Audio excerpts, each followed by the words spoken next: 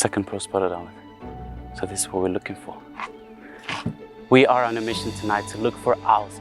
I have been inspired the last few days by seeing an African barred owl at our home place, and today I'm going to go out with my camera. I'm well equipped to look for these owls, listen for the calls especially, and then hopefully we'll get something. So in photography, one of the most important things is that you do your research, especially with wildlife.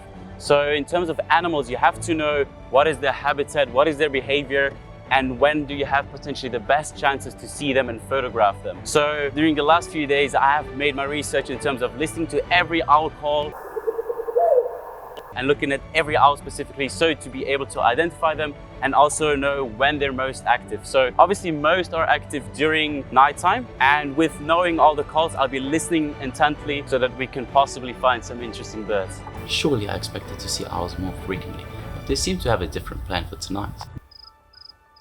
However, luck was on our side eventually. We've just had our first sighting of the night. We saw a pro-spotted owlet, which is distinguishable by its pearl-like markings on the back of the head. And I'm quite happy and satisfied with the sighting, besides it being quite far away, but still we managed to get a couple of shots.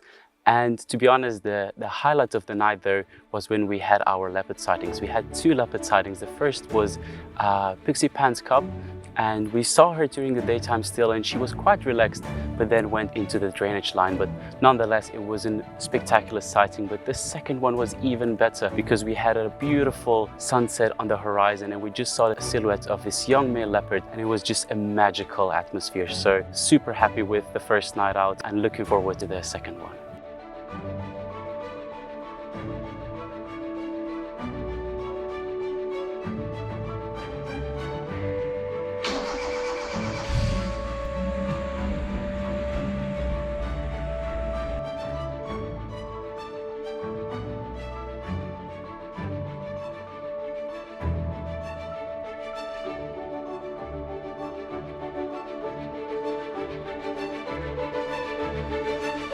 Yesterday was already quite a successful day in terms of seeing one owl species. So we saw the pearl-spotted owlet, which is one of the smaller owl species that occur in this area.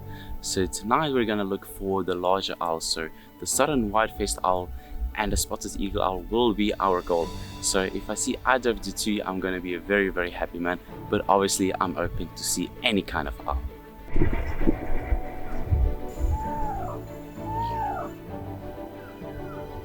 Unfortunately, I didn't find the owl after following up on this call, but as the night progresses, our chances of seeing any owl only increases.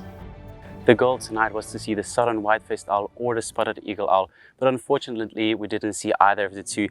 Ironically though, we did see an owl, and it was the smallest owl that occurs in southern Africa, the scops owl. And when I first saw it, I wasn't really sure what species it exactly is because the ear tuft weren't showing of the scops owl. And actually they only show, or often just show, when they are roosting up a tree during daytime.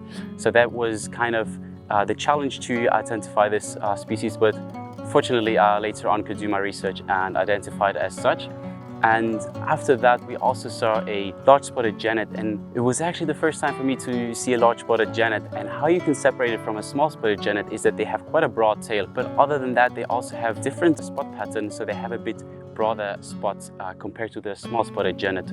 So all in all, I would still call it a very successful night, and I think the moral of the story is to just go out, be specific of what you want to see, and then do your research so you have a little advantage and you're prepared for all eventualities, and then you're surely going to be successful. So thank you for joining me on this episode, and I'm looking forward to more adventures.